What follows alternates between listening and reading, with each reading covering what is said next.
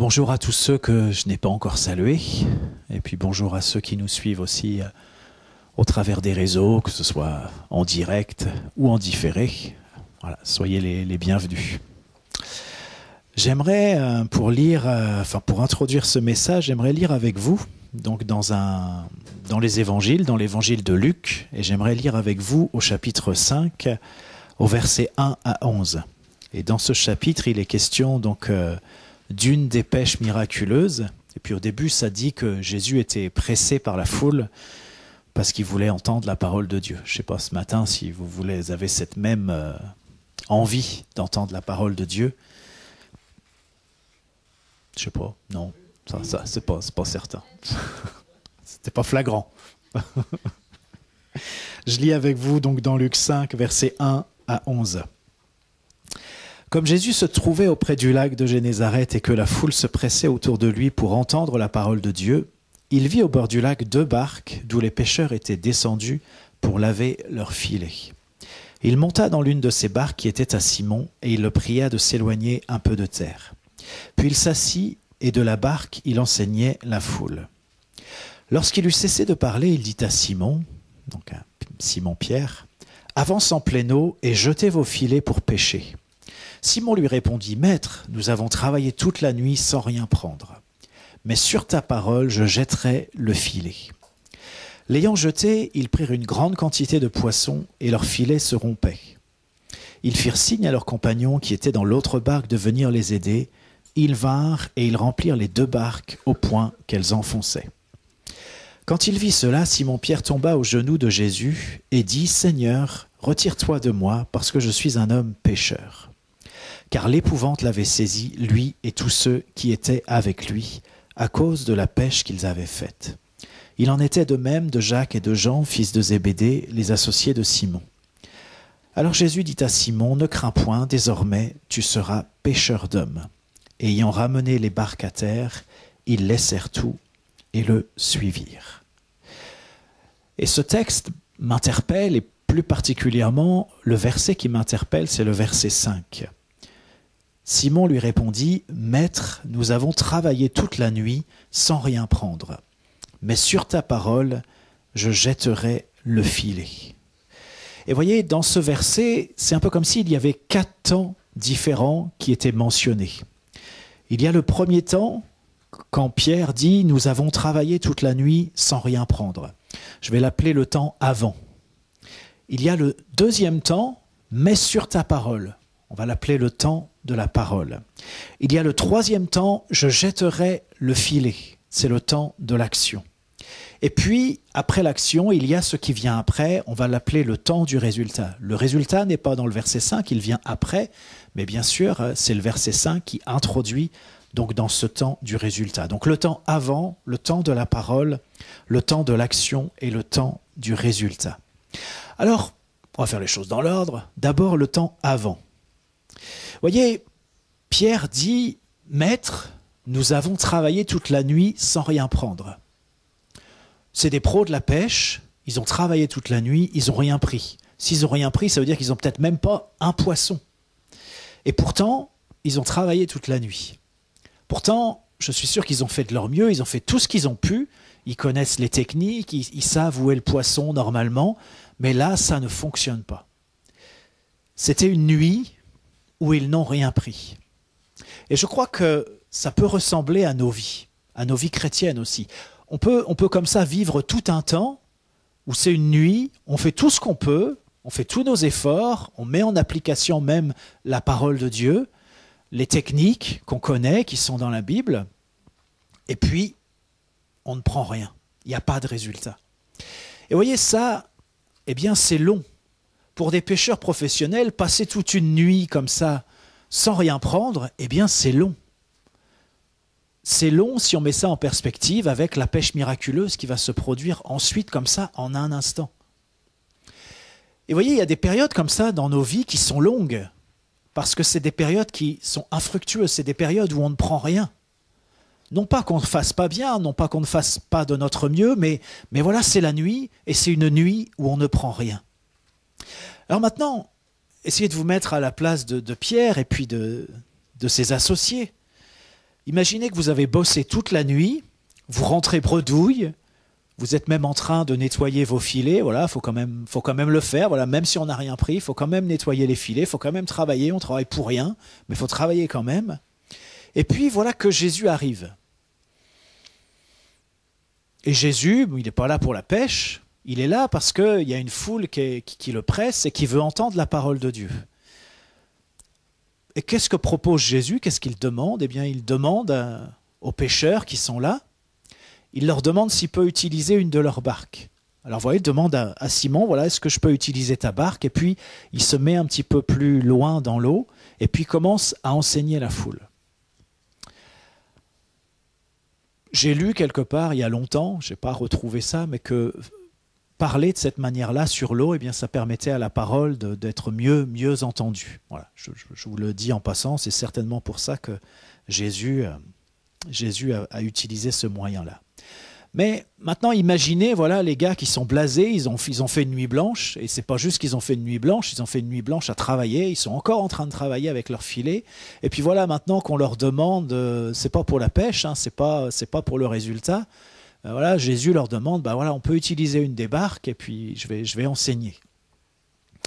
Et donc, Jésus utilise la barque de Simon, mais imaginez que Simon Pierre, il est dans la barque. Voilà, il a emmené Jésus un petit peu au large, voilà, pour être avec lui. Voilà, mais Jésus enseigne et Pierre est dans la barque.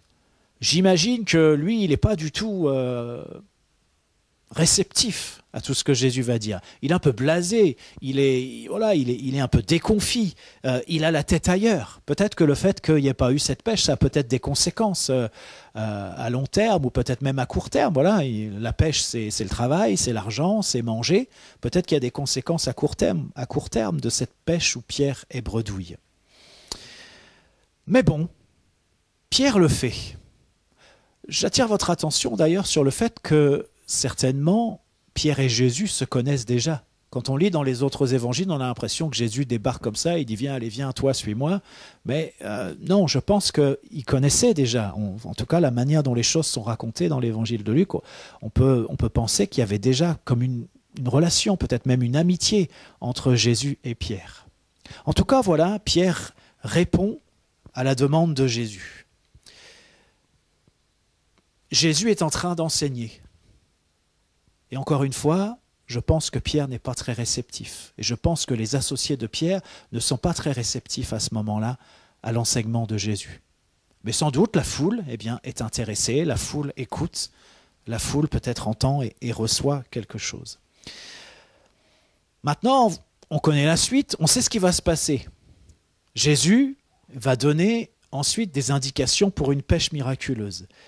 Mais maintenant, comprenez bien la situation, et je pense qu'on peut la comprendre. Ils viennent de pêcher toute la nuit, ils n'ont rien pris.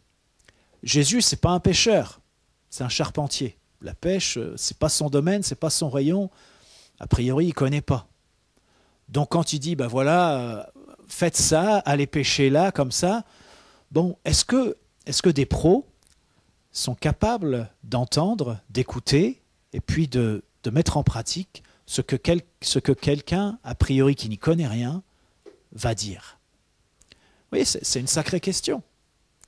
Parce que imaginez, voilà, tu viens de traverser une période dans ta vie où il n'y a rien, c'est pas fructueux, c'est la nuit, et voilà que Jésus parle. Est-ce qu'on va prêter vraiment attention à sa parole? Ou alors on est tellement dans cette nuit, tellement dans ce cheminement, que finalement on se dit, ben voilà, comme Pierre, hein, il commence en disant, mais on a pêché toute la nuit sans rien prendre, il aurait pu s'arrêter là. Mais il y a un mais. Heureusement, il y a un mais qui continue la phrase. Il y a des mais qui sont des bons mais. Mais vous voyez, c'est une question importante. Est-ce que dans un domaine où peut-être on est des spécialistes, dans un domaine où on est expérimenté, j'ai envie de dire peut-être dans un domaine où on a un ministère, dans un domaine où on a un service, où on a des responsabilités, est-ce qu'on est capable d'entendre lorsque quelqu'un parle de la part de Dieu ou lorsque Dieu nous interpelle pour nous dire des choses qui ne correspondent pas, a priori, à notre expérience, qui ne correspondent pas à ce dont on a l'habitude, à nos connaissances, etc. Jésus, on arrive maintenant au temps de la parole, Jésus s'adresse à Pierre. On sait que ce que Jésus dit, c'est la parole de Dieu. À ce moment-là, pour Pierre, ce n'est pas si facile de considérer cela comme ça. Mais en tout cas, Jésus s'adresse à Pierre. Celui qui n'y connaît rien, je mets des guillemets, va s'adresser au professionnel pour lui dire ce qu'il doit faire. Alors, je voudrais attirer votre attention sur quelque chose. J'ai déjà commencé de le faire, mais je vais le dire encore plus précisément. Jésus vient d'enseigner la foule. Ça veut dire qu'il vient de communiquer longuement la parole de Dieu. Et Pierre était aux premières loges. Il était dans la même barque que Jésus. Il a tout entendu. Je ne sais pas s'il a écouté, mais il a tout entendu. Et voyez, on peut entendre beaucoup de paroles de Dieu, on peut entendre beaucoup d'enseignements, on peut lire beaucoup de chapitres de notre Bible sans que cela ne change quoi que ce soit. Vous voyez, c'est Jésus qui enseigne la foule. Et je crois que dans tout ce que Jésus a dit, il n'y a rien qui a percuté Pierre. Il a sûrement entendu, je ne sais pas s'il a écouté, mais voilà, c'était la parole de Dieu, c'était même Jésus qui enseignait, c'était le Logos, Jésus le Logos qui enseignait la parole, la vérité. Mais Pierre, rien. Et puis j'imagine que les associés de Pierre, rien non plus. Pareil, est-ce qu'ils ont vraiment écouté? Voilà, ils étaient, encore une fois, dans la déception, dans la frustration, certainement. Ils étaient en train de travailler, un travail pour rien, mais qu'il faut faire, nettoyer les filets. Mais quand Jésus a fini d'enseigner tout le monde, eh bien, il continue à parler. La parole de Dieu continue à être distribuée, si je puis dire ça comme ça. Et voilà que maintenant, c'est une parole qui s'adresse directement à Pierre. C'est une parole qui s'adresse personnellement à Pierre. Et encore une fois, tu peux entendre beaucoup de messages, tu peux lire beaucoup ta Bible, tu peux entendre beaucoup, peut-être même de témoignages, tu peux être confronté de multiples manières à la parole de Dieu, et c'est bon, sans pour autant que quelque chose te percute d'une manière personnelle, d'une manière spécifique pour toi. Mais là, Jésus s'adresse à Pierre, directement. Alors, je voudrais peut-être m'arrêter un instant là-dessus, parce que on a coutume de dire, c'est un peu schématique, mais c'est quand même vrai, qu'il y a la parole logos et la parole rhéma. La parole logos, eh bien, c'est la parole de Dieu de manière générale. Mais la parole rhéma, c'est la parole quelque part qui sort directement de la bouche de Dieu pour toi. C'est la parole où il y a une action particulière du Saint-Esprit et ça te touche toi personnellement. Alors dans un message, par exemple comme le message de ce matin, il peut y avoir 99,9% qui pour toi ça va être du logos. C'est bon que tu entendes ça, parce qu'il n'y a pas de rhéma sans logos. Le rhéma provient du logos, mais c'est comme s'il y avait quelque chose en plus qui te cible et une action de Dieu particulière. Mais voilà, peut-être que ce message peut être à 99,9% pour toi du logos. Il va y avoir 1%, peut-être un mot, peut-être une phrase, ça va te toucher en plein cœur parce que c'est pour toi. Et tu le sauras. Parce qu'il y a quelque chose qui va se passer. Comme là, Pierre, c'était pour lui. Jésus s'est tourné vers lui, certainement, il lui a parlé d'une manière directe. C'était pour lui. Et alors le Seigneur a beaucoup de manières différentes de nous interpeller avec sa parole. Mais vous voyez tout de suite la différence entre ce temps d'enseignement auquel Pierre aussi a participé et la fin de ce temps d'enseignement. Et encore, je dirais que ce n'était pas tout à fait la fin, peut-être même loin de là, peut-être que c'était le début, mais bon, voilà. Mais dans tout ce que Jésus avait à dire, eh bien, il y a quelque chose, c'est pour Pierre d'une manière spécifique. Et je voulais vous citer peut-être 2 versets, Matthieu 4, verset 4, Il est dit, Jésus répondit, on est dans le contexte du diable qui tente Jésus. Jésus répondit, il est écrit, l'homme ne vivra pas de pain seulement, mais de toute parole, réma, c'est le terme, de toute parole qui sort de la bouche de Dieu. Et voyez, ce contexte est intéressant parce que on sait que dans ce contexte, le diable utilise la parole de Dieu, il la cite, et pourtant, qu'est-ce que dit Jésus? L'homme ne vivra pas de pain seulement, c'est au moment où le diable lui propose de transformer des pierres en pain. Eh bien, Jésus dit, mais l'homme vivra de toute parole, réma, qui sort de la bouche de Dieu. Dans cette parole réma, eh bien, c'est là qu'il y a la vie. C'est là que la vie t'est communiquée à toi d'une manière personnelle, d'une manière spécifique. Et peut-être je vous cite encore un autre verset.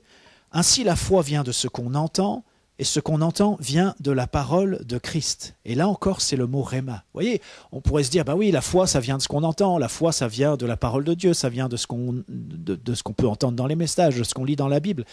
Oui, mais de manière encore plus précise et plus spécifique, la foi, ça vient de ce qu'on entend de la parole de Dieu lorsqu'il y a quelque chose qui s'adresse à toi d'une manière spécifique, d'une manière personnelle et qui te touche, toi, personnellement. Parce que quand ça se passe, eh bien, ça veut dire que Dieu est déjà à l'œuvre d'une manière particulière pour toi, par rapport à toi. Eh bien, il y a quelque chose qui s'opère dans le monde invisible qui va se concrétiser ou qui pourrait se concrétiser parce qu'avec la parole de Dieu, il y a une action, on va dire, de l'Esprit de Dieu. Le Saint-Esprit est en action pour accompagner la parole. Alors, on est dans ce temps de la parole, et qu'est-ce que dit cette parole qui est adressée personnellement à Pierre? Est-ce que cette parole lui dit « jetez vos filets » ? Non. Enfin, pas que, en tout cas.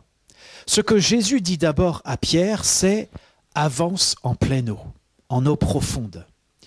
Et moi, je ne peux pas m'empêcher de penser, puisque c'est une parole qui s'adresse directement à Pierre, je ne peux pas m'empêcher que ça nous parle de l'action du Saint-Esprit. Le temps de la parole réma, c'est aussi le temps de l'action de Saint-Esprit. Parce que vous voyez, Dieu aurait pu faire en sorte que les poissons viennent plus près de la barque, qu'il n'y ait pas besoin d'avancer en pleine eau. Et que voilà, il suffisait juste là où Pierre était de jeter le filet, et puis c'était bon. Non, non. Jésus dit « avance en pleine eau ».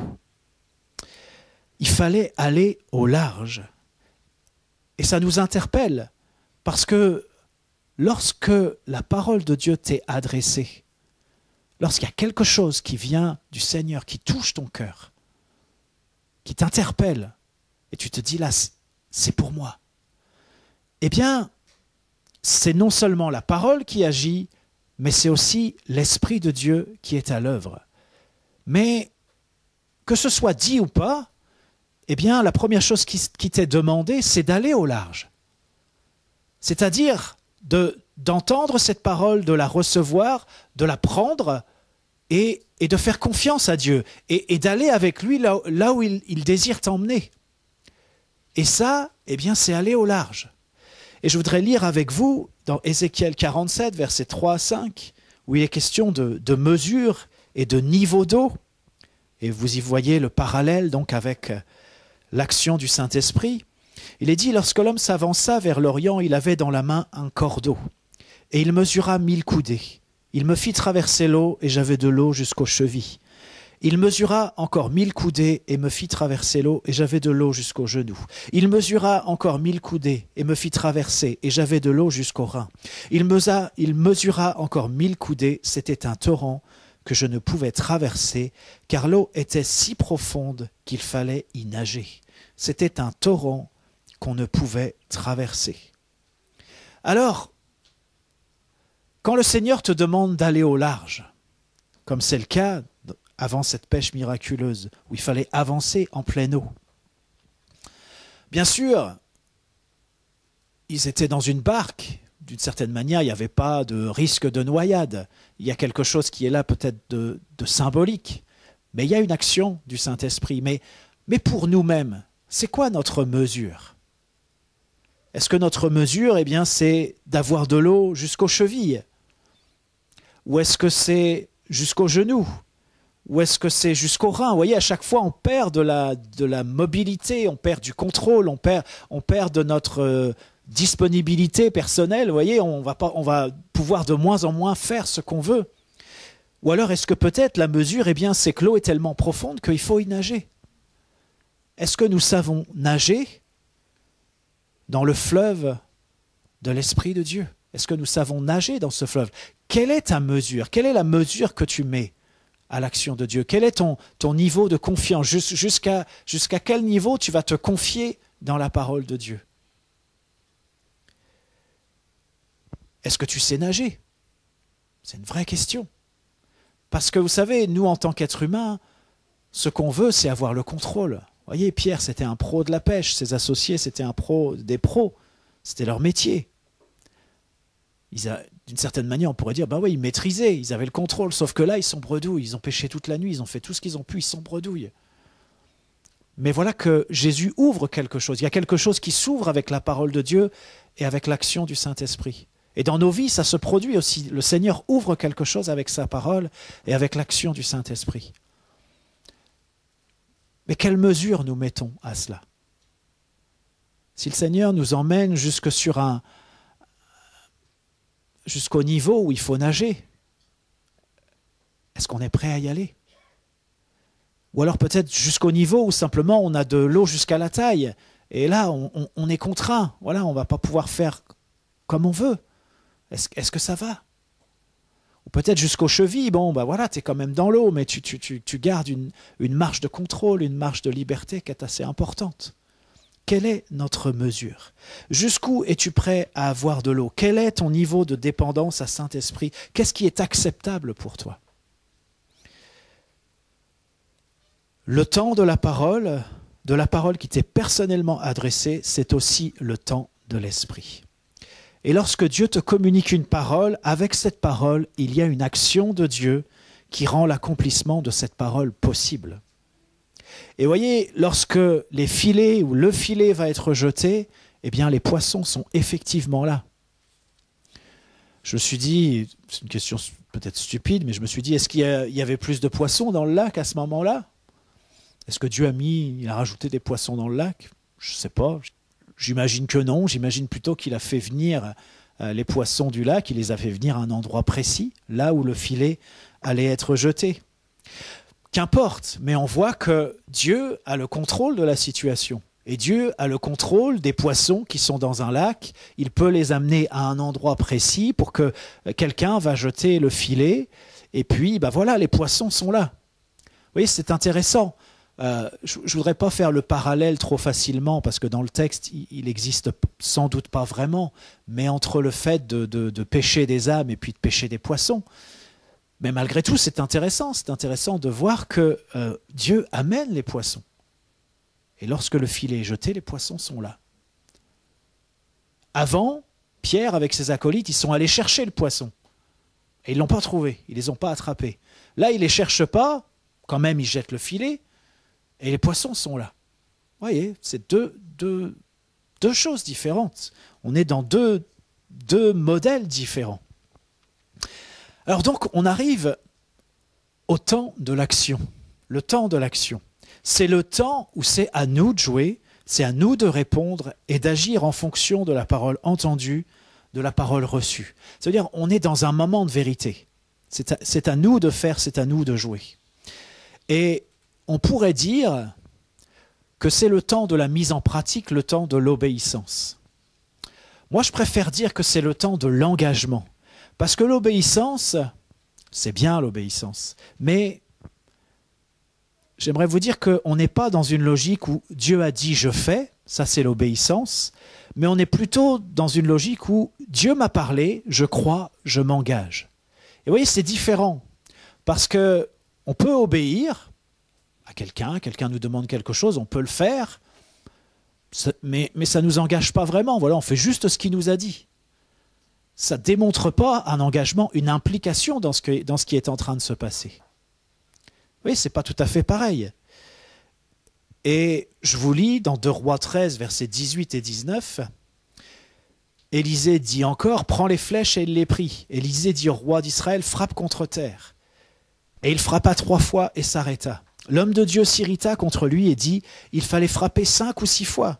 Alors tu aurais battu les Syriens jusqu'à leur extermination. Maintenant tu les battras 3 fois. Et voyez, bien souvent, nous, on peut être désobéissant, mais bien souvent on est plutôt obéissant. On fait ce que Dieu nous a dit. Comme le roi d'Israël, voilà, il fait ce que le prophète lui dit, le prophète lui transmet une parole de Dieu, il fait, mais qu'est-ce qu'il fait? Il fait le service minimum. Il tape 3 fois, tac, tac, tac. Mais ça ne lui a pas été dit de taper 3 fois, ça lui a été dit de taper plusieurs fois. Qu'est-ce que vous auriez fait dans cette situation? C'est vrai, ça correspond. Il a obéi, on pourrait dire, le roi d'Israël 3 fois, c'est bien plusieurs fois, on est d'accord. Mais ça pourrait être 20 fois ou 50 fois, enfin, vous voyez. C'était sa traduction de la parole de Dieu. Quelle est notre traduction de la parole de Dieu? Est-ce qu'on se dit, ah voilà, Dieu a dit, je fais? Ou alors est-ce qu'on s'engage, on s'implique? Et ce n'est pas tout à fait la même démarche, vous voyez. Ce n'est pas tout à fait la même démarche. Et bien souvent, on ne s'en rend pas compte, mais quand Dieu parle, on fait le service minimum. Et on a le résultat minimum. Et parfois même le service minimum, ça ne fait pas de résultat du tout. Parce que ça ne correspond pas à ce que Dieu nous a demandé, à cette foi qui s'engage parce qu'on a entendu cette parole Réma. La foi vient de ce qu'on entend. Parce qu'on entend cette parole Réma, alors c'est pas juste, on va pas juste obéir comme ça, service minimum, mais on s'engage. Et vous voyez, c'est assez intéressant ce que Jésus a demandé à Pierre. Parce que il lui dit, avance en pleine eau et jetez les filets. Remarquez que Jésus n'a pas dit seulement jeter les filets. Il a d'abord dit avance en pleine eau. Ça veut dire que ce n'était pas seulement une action que Pierre a dû faire pour obéir à la parole de Dieu. Il a dû en faire plusieurs. Il a d'abord fallu qu'il avance en pleine eau et puis ensuite il a fallu jeter le filet. Vous voyez, il y avait des étapes. Moi, j'ai l'impression que parfois Dieu parle, il nous demande quelque chose, il y a des étapes, il y a un processus à suivre dans ce que Dieu nous communique par sa parole, et puis nous, on retient un truc, on obéit, on le fait, et on se dit, mince, ça ne marche pas. Pourquoi ça ne fonctionne pas? Parce qu'on n'a pas été attentif à ce que Dieu nous a dit, on n'a pas réalisé qu'il y avait plusieurs étapes dans ce que Dieu a dit, il y avait plusieurs choses à faire, il y avait un déroulé précis, et nous, on s'est fixé sur une chose qui nous semblait peut-être la chose la plus importante, comme jeter les filets. Mais j'attire votre attention, si Pierre s'était dit « Ah oui, Jésus a parlé, il faut lui obéir, je jette mon filet », il ne se serait rien passé. Il n'y aurait probablement eu aucun poisson. Parce qu'il s'est fixé sur un truc que Jésus a dit, c'est vrai, il l'a dit. Mais Jésus avait dit d'autres choses avant. Il avait indiqué un endroit où il fallait aller. En tout cas, une direction à prendre. Et vous voyez, c'est important qu'on soit attentif à ce que Jésus nous dit, à ce que la parole de Dieu nous communique d'une manière personnelle, parce que parfois on se dit, mais je ne comprends pas, Dieu m'a parlé, j'ai fait, et ça ne marche pas, il n'y a pas de résultat. Et vous voyez, c'est encore une fois, c'est aussi la différence qu'il y a entre la logique de l'obéissance et la logique de l'engagement. La logique de l'obéissance, on va se fixer sur la chose très très concrète que Dieu nous a demandé de faire. Et on le fait, on obéit. Mais on n'est pas vraiment engagé dans ce qui se passe. C'est-à-dire, c'est comme s'il n'y avait pas vraiment de foi dans notre démarche. C'est juste une espèce de logique où on se dit, ben voilà, Dieu a parlé, oui, c'est important, il faut que je fasse ce qu'il m'a dit. Vous voyez, c'est pas la même démarche. Et alors, j'attire votre attention aussi sur le fait, et là ça va peut-être encore plus loin, c'est que Jésus dit à Pierre, avance en pleine eau. Quand Jésus dit à Pierre, avance en pleine eau, Pierre est en capacité de répondre lui-même, tout seul, à ce que Jésus lui demande. Il peut emmener sa barque plus loin, au large. Ça marche. Mais après, Jésus dit, jetez les filets. Vous remarquez qu'il n'a pas dit à Pierre, tu avances en pleine eau et après tu jettes le filet. Non, il a dit, et jetez les filets. Ça veut dire quoi? Ça veut dire qu'il a fallu que Pierre, il se coordonne, il consulte certaines des personnes qui étaient avec lui, consulte ses associés pour qu'ensemble, il fasse la démarche que Jésus lui a indiquée d'avancer en pleine eau et de jeter ensemble les filets. Là aussi, c'est un aspect qu'on peut négliger. Dieu nous parle et on prend les choses comme si on était seul concerné. Et puis on fait, voilà, ce que Dieu nous a demandé. Mais on ne réalise pas que dans ce que Dieu nous a dit, il y a une dimension de l'ensemble. Il y a d'autres personnes peut-être à associer, à incorporer, d'autres personnes avec qui il faut se coordonner. Et ça engage plus, parce qu'il ne s'agit pas juste de ce que tu vas faire toi personnellement pour obéir à ce que Dieu t'a demandé, mais il s'agit aussi de ce que tu vas faire avec les autres. Comment tu vas te concerter et te coordonner avec les autres pour justement accomplir ce que Dieu a demandé. Et je crois que parfois nous sommes négligents sur cet aspect-là, parce qu'on a un peu une logique un peu individuelle, alors que bien souvent dans ce que Dieu dit, et c'est la logique du corps, je dis la logique du corps, c'est-à-dire c'est comme ça que fonctionne l'Église, c'est on est ensemble, et il y a bien des choses qui ne nous concernent pas seulement nous personnellement, peut-être que ça nous concerne nous personnellement principalement, mais pas exclusivement. Et souvent nous négligeons cette dimension où d'autres doivent être associés à ce que Dieu nous a dit. Et ça nous engage beaucoup plus. Mais si Dieu demande qu'il y ait plusieurs personnes engagées dans quelque chose, qu'il y ait plusieurs personnes pour jeter le filet, par exemple, eh bien, si tu le fais tout seul, ça ne va pas marcher. Le résultat ne sera pas là, ou en tout cas, c'est certain que le résultat ne sera pas aussi important, aussi tangible que ce que Dieu a dit. Et voyez, ça va même peut-être encore plus loin, c'est que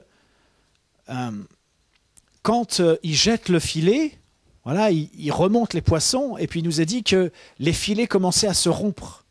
Et du coup, qu'est-ce qu'ils ont fait? Ils ont appelé les collègues de l'autre barque pour qu'ils viennent les aider. Voilà, quand tu es dans l'action, peut-être tu as fait tout bien, tu as respecté les étapes, ok, tu as sollicité l'aide des personnes que tu devais solliciter, tu l'as fait, ok, mais voilà, maintenant tu es dans l'action, et puis là ça tire, et tout risque de partir en vrille. Est-ce que tu es en capacité de dire, voilà, je vais appeler les collègues d'une autre barque? Ou alors, on laisse les choses comme ça, et puis on perd ce que Dieu avait prévu de nous donner, ce qu'il nous avait donné. Et vous voyez, c'est important parce que ça montre à quel point aussi... Vous voyez, Jésus n'a pas dit à Pierre, avance en pleine eau et puis jetez les filets, tu vas le faire avec un tel, de cette manière-là, si jamais il y a trop de poissons, il faudra appeler les autres. Enfin, il ne dit pas tout ça, Jésus. Ça, tu le découvres, et Pierre le découvre en passant à l'action.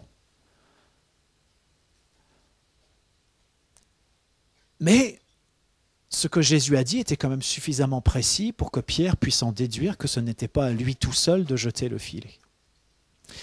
Alors voyez, je veux attirer votre attention en vous disant tout cela sur de quelle manière on reçoit et on entend la parole qui nous est adressée. La parole Réma qui t'est adressée, comment tu l'entends? Comment tu la reçois? Comment est-ce que tu y réponds? Est-ce que tu y réponds avec une logique d'obéissance? Je mets des guillemets. Vous allez n'en déduisez pas que je suis contre l'obéissance. Mais est-ce que tu réponds plutôt dans une logique d'obéissance ou dans une logique d'engagement?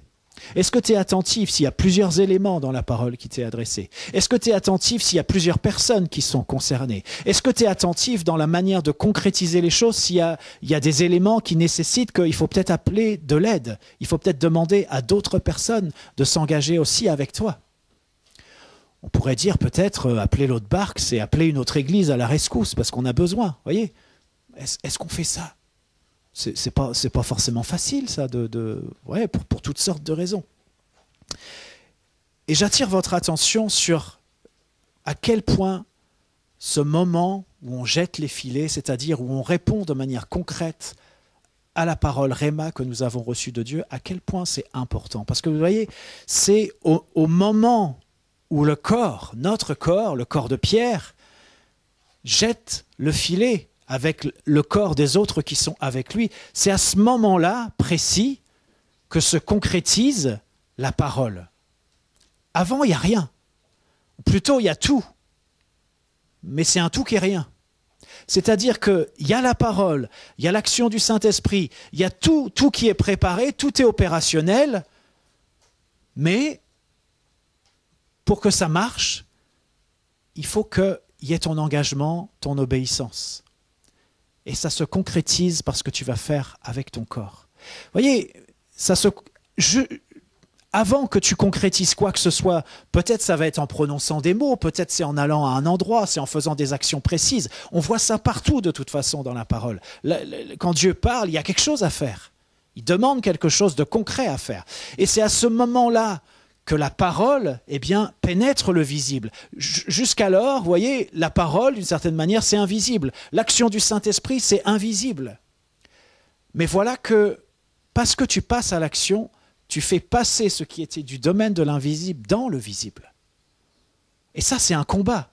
C'est-à-dire, d'une certaine manière, on est en train de forcer quelque chose. On est en train de transformer quelque chose. C'est pour ça que c'est aussi tellement important d'être attentif à ce que Dieu dit pour faire les choses, s'il y a les indications, pour faire les choses de la manière dont il nous le dit, comme j'ai essayé de le développer. Et vous voyez, ce moment-là est tellement important, il est tellement crucial.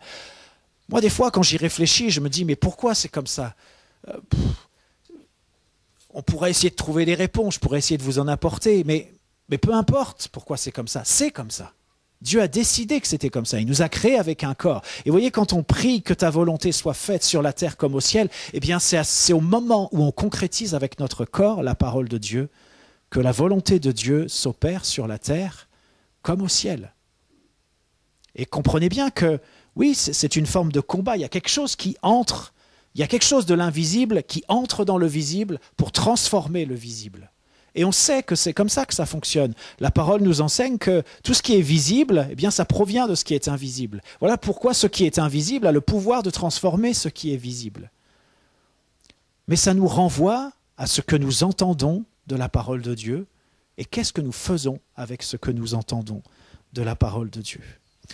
Et je ne développe pas ça plus, parce que je crois que j'en ai souvent parlé de l'importance de notre corps et pourquoi on a été créé avec un corps et comment on doit concrétiser les choses par ce corps. Mais remarquez, peut-être si je prends 2 exemples, ce matin il était question de lever les mains.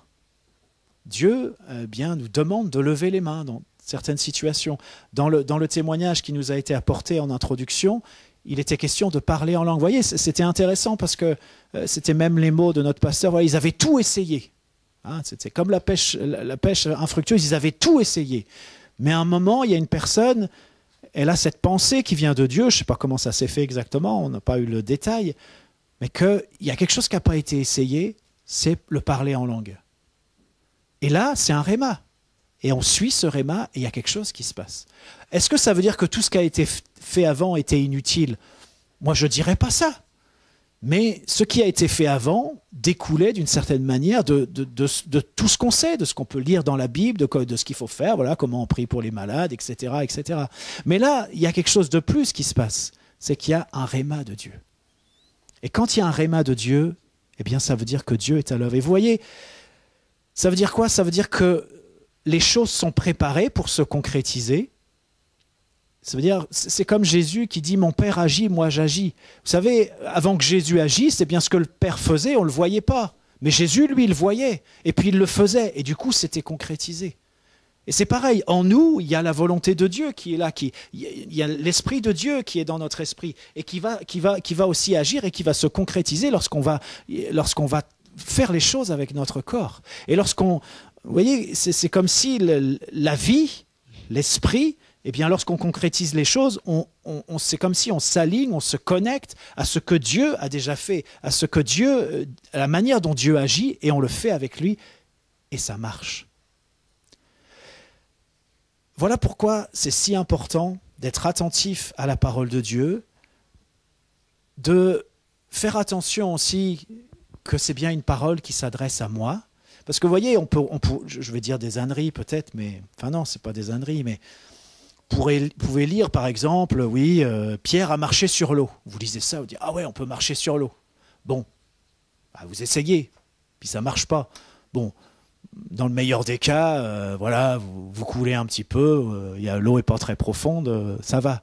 Mais on pourrait imaginer un cas où quelqu'un est en pleine mer, il se dit oui, je vais marcher sur l'eau, et puis il coule. Parce qu'il a lu ça dans la Bible. Ok, c'est vrai, c'est dans la Bible, c'est la parole de Dieu, d'accord. Mais il n'y a pas quelque chose personnellement qui lui a été communiqué, il n'y avait pas une action de Dieu spécifique qui faisait que, voilà, il était en droit de dire, voilà, je vais marcher sur l'eau. Bon, bien, je prends un exemple un peu trivial, mais on pourrait multiplier les exemples. Il y a des choses qui sont dites dans la Bible. Ok, c'est dans la Bible, c'est la parole de Dieu. Tu le lis, mais c'est pas parce que tu le lis que c'est pour toi là maintenant et qu'il faut sur cette parole que tu viens de lire, eh bien, faire ce qui est écrit. Parce que si on fonctionne comme ça, je peux vous assurer qu'on va avoir des sacrées galères parce qu'il y a des sacrés trucs dans la parole de Dieu.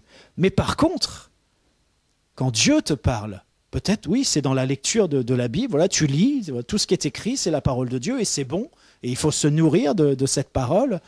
Mais pendant que tu lis, il y a un verset qui t'interpelle d'une manière spécifique, d'une manière particulière. Et là, tu sais que Dieu est en train de te dire quelque chose. Alors, il faut prendre le temps. Qu'est-ce que Dieu me dit exactement? Être attentif, pas se précipiter, dire Seigneur, comment est-ce que ça s'applique pour moi? Qu'est-ce que tu veux me communiquer? Voilà. Et quand les choses sont claires, on agit. Mais voilà, je voulais juste souligner le fait que c'est tellement important que Dieu puisse nous parler. Et je suis toujours frappé, vous savez, c'est un exemple qui m'interpelle, c'est que Dieu a demandé à Abraham de sacrifier son fils Isaac. Voyez. Et moi, je me dis, mais c'est curieux ce que je vais dire, parce qu'il faudrait quand même arriver dans une position où on est prêt à sacrifier son fils. Ça me semble difficile, mais en tout cas, Abraham en était arrivé là. Voilà, dans son cœur, il y avait des choses qui lui ont permis d'arriver jusque-là. Mais au dernier moment, quand même, Dieu lui a parlé pour qu'il ne le fasse pas. Et des fois, je me dis, mais combien d'entre nous, si on avait été, on se serait dit, non, Dieu m'a parlé, Dieu m'a dit de faire ça, je le fais. Vous voyez, mais non. Il y avait un complément, il y avait quelque chose de plus, il y avait quelque chose à comprendre, il y avait quelque chose à vivre. Et heureusement qu'Abraham a été attentif à ce que Dieu lui a dit, même au dernier moment. Vous voyez, et il faut qu'on soit attentif à ce que Dieu nous dit, à nous personnellement, directement. C'est pas la même saveur, c'est pas la même puissance que la parole qu'on entend comme ça de manière générale. Et encore une fois, j'y insiste, n'ayez pas une vision négative de la parole d'une manière générale, parce que vous savez, si nous ne sommes pas confrontés à la parole d'une manière générale, il y a beaucoup de réma qu'on n'aura pas. Parce que la plupart du temps, Dieu s'appuie sur sa parole, la parole logos, pour communiquer un réma. Donc voilà, c'est tellement important. Et puis Jésus lui-même, c'est le logos par qui la création a été faite. Alors je ne voudrais pas que vous ayez une vision trop schématique, mais ce que je veux vous indiquer, c'est ô combien c'est important lorsque Dieu s'adresse à toi personnellement, directement, et là, il y a quelque chose de particulier qui se joue.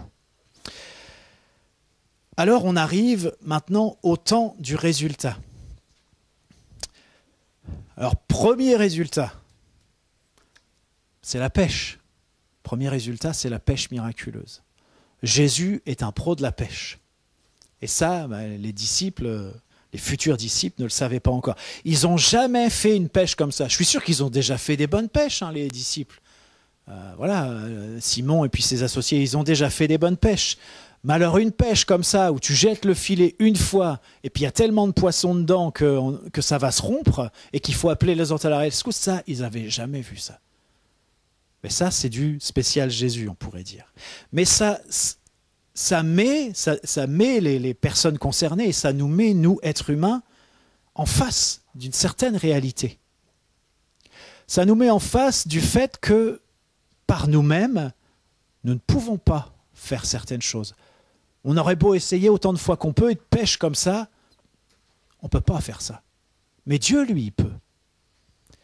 Zacharie 4, verset 6 nous dit « Ce n'est ni par la puissance, ni par la force, mais c'est par mon esprit, dit l'Éternel des armées. » Vous voyez, on peut s'évertuer à faire comme ça des super pêches, mais jamais on réussira à faire une pêche comme celle que Pierre et ses associés ont fait ce jour-là. Est-ce que ça veut dire qu'il faut arrêter de bosser, arrêter de pêcher? Non, c'est pas ça. Voilà, tout doit se faire.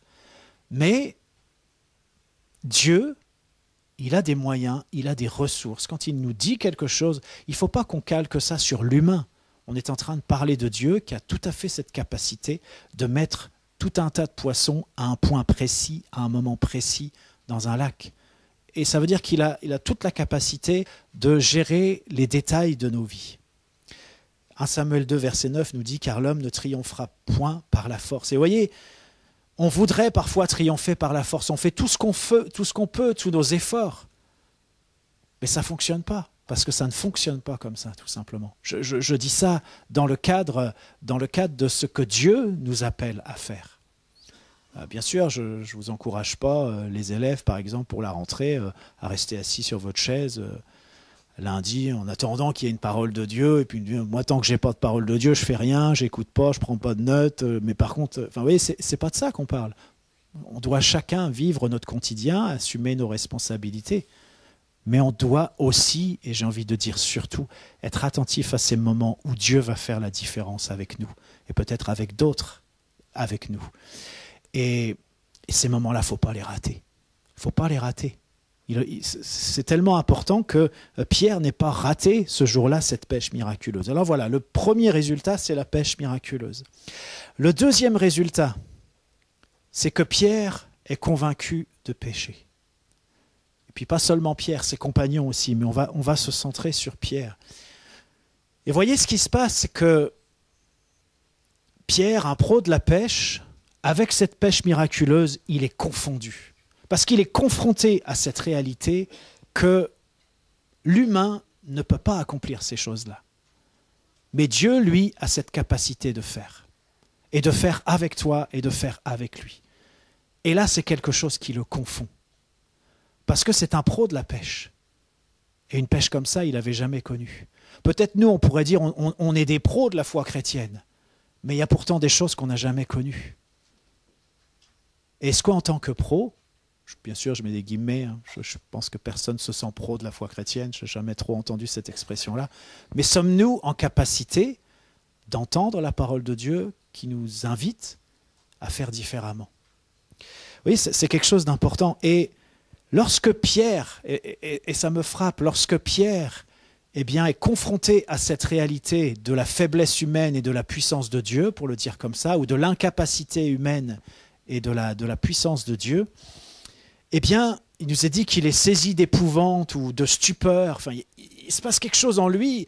Il y a une conviction de péché qui est là. Il est convaincu de son indignité. Il voit que la force de l'homme, vous voyez, on sait que pour Pierre, c'était quelque chose de compliqué. Mais déjà, dès le début, dans ce contact-là, dans cette pêche miraculeuse, eh bien, il y a quelque chose qui l'atteint en plein cœur, dans ce qu'il est en tant qu'être humain. Il y a une révélation qui commence dans sa vie, qui s'ouvre, et il y a cette conviction de péché qui est là. Et vous voyez, il dit à Jésus, mais retire-toi de moi, je suis un homme pécheur. Alors, moi, ça me fait penser, vous savez, dans le jardin d'Éden, une fois que Adam et Ève, ont fait ce que Dieu avait défendu de faire, qu'est-ce qu'ils font? Ils ont peur, comme Pierre, ils sont saisis d'épouvante, parce que voilà, il y a la conviction de péché, elle est là. Et qu'est-ce qu'Adam et Ève font? Ils viennent se cacher. Et Pierre, il vit cette même conviction de péché en lui-même. Il dit quelque chose d'un peu différent. Bon, vous allez me dire, il était dans une barque, il ne pouvait pas partir, mais bien sûr qu'il pouvait partir. J'imagine qu'il savait nager, il aurait pu plonger, et puis aller se planquer, et puis voilà, plus jamais être confronté à Jésus, parce que voilà, il y avait cette conviction de péché qui était là, son indignité. Il y a quelque chose qui l'a frappé en plein cœur. Mais Pierre ne s'est pas sauvé. Mais il a dit à Jésus, toi pars. Parce qu'il était bien conscient qu'on ne pouvait pas rester comme ça en présence de Jésus avec une telle indignité, un tel sentiment d'être à côté, d'être pécheur. Mais ce n'est pas lui qui est parti, mais il a dit à Jésus, toi pars, retire-toi de moi, toi pars. Et je voudrais attirer votre attention. C'est quand la dernière fois que Dieu t'a convaincu de péché et que tu t'es sauvé? Tu n'as pas voulu faire face. C'est quand la dernière fois? Parce que vous savez, on peut être là ensemble et moi devant vous et puis voilà, vous êtes assis. Mais parfois la réalité dans nos vies, c'est ça. Dieu nous convainc de péché. On a ce sentiment de notre indignité Et on fait comme dans le jardin d'Éden, comme Adam et Ève ont fait, ils sont allés se planquer. Alors oui, on est convaincu qu'on est pécheur. Et on va se planquer. Alors peut-être on ne sort pas de la salle, voilà. Mais en nous-mêmes, il y a quelque chose qui fait qu'on prend la fuite. On est dans une forme de fuite. On ne fait pas face à notre indignité. Mais voyez, la Pierre était courageux quand même. Parce que lui, il n'a pas pris la fuite. Il a plutôt dit à Jésus, « Toi, pars d'ici ». Effectivement, il n'y avait que deux alternatives, si je puis dire. S'ils ne pouvaient pas rester en présence l'un de l'autre, soit c'était Pierre qui partait, soit c'était Jésus qui partait. Mais Jésus, il savait bien pourquoi il était là. Il savait qu'il allait payer le prix pour le péché de Pierre. Alors qu'est-ce qu'il a dit à Pierre? Il lui a dit, « Ne crains pas. Ne crains point, désormais tu seras pécheur d'hommes. » Et Pierre est resté avec lui. Jésus n'est pas parti, et Pierre non plus n'est pas parti. Mais Jésus a entendu ce que Pierre lui a dit. Toi, pars. Mais il a répondu.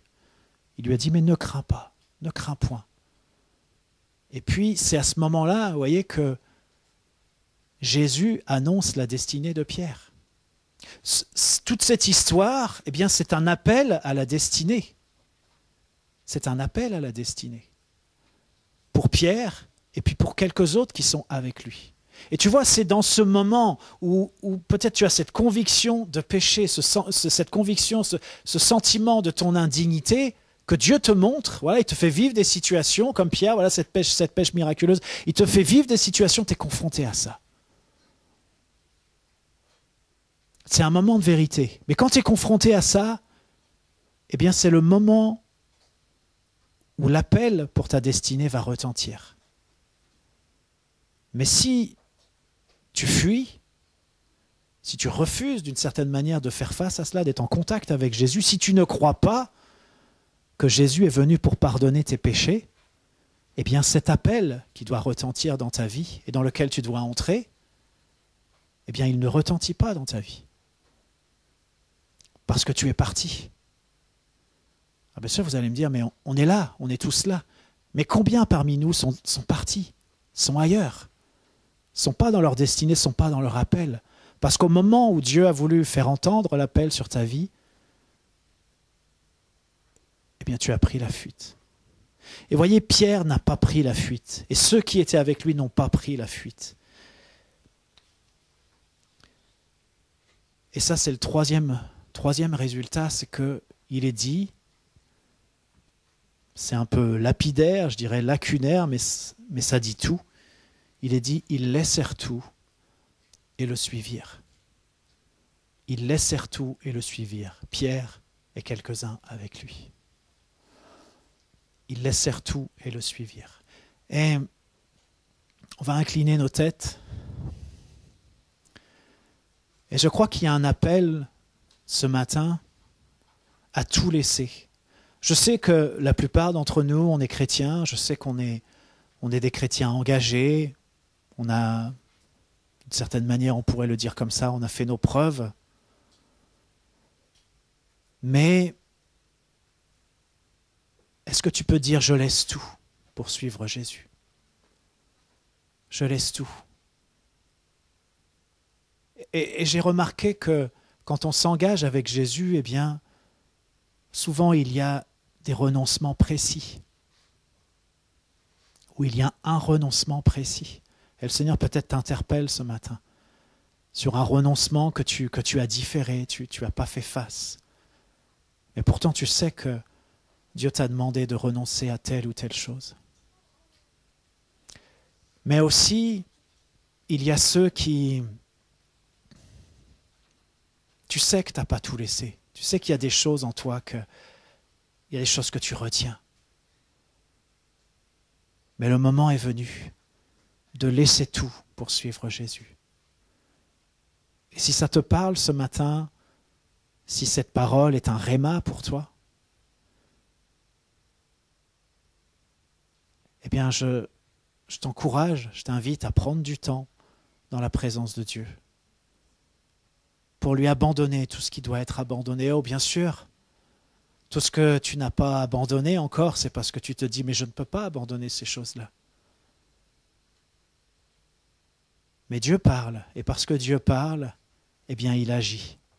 Et lorsque toi tu agis avec lui, en fonction de ce qu'il a dit, en fonction de ce qu'il a déjà opéré, préparé, eh bien ce qui n'était pas possible devient possible. Et quelque chose de miraculeux, comme cette pêche miraculeuse, eh bien s'opère dans ta vie. Alors je vous laisse avec ces mots de la Bible. Il nous est dit, ils laissèrent tout et le suivirent. Qu'est-ce que toi, tu as à laisser pour suivre Jésus, pour entrer dans ton appel, pour vivre ta destinée? Qu'est-ce que tu dois laisser?